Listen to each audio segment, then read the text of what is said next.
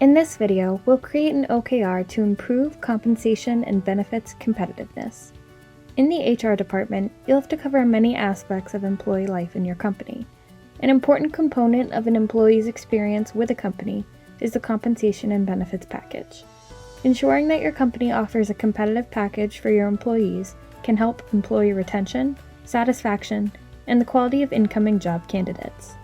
The key result we could use to measure an objective such as this are increased salary competitiveness ratio from 0.8 to 1.2, increased salary competitive ratio for stars from 1.2 to 1.75, increase employee satisfaction, ESAT, score in annual surveys on compensation and benefits plan from 50% to 75%. Let's input this OKR in the Profit.co software.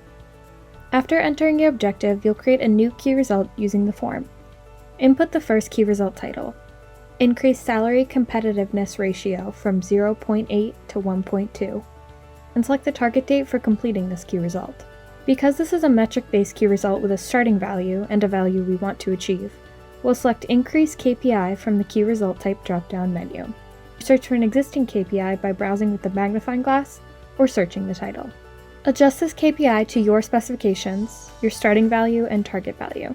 Then, you can indicate if you'd like to assign this key result to another member of your team and add any additional context.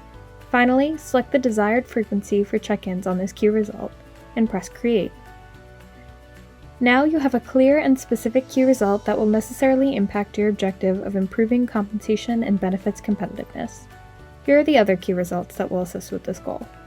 By addressing each aspect of the HR department's duties with an OKR, your team will be better equipped to offer employee support and increase your employee satisfaction and retention.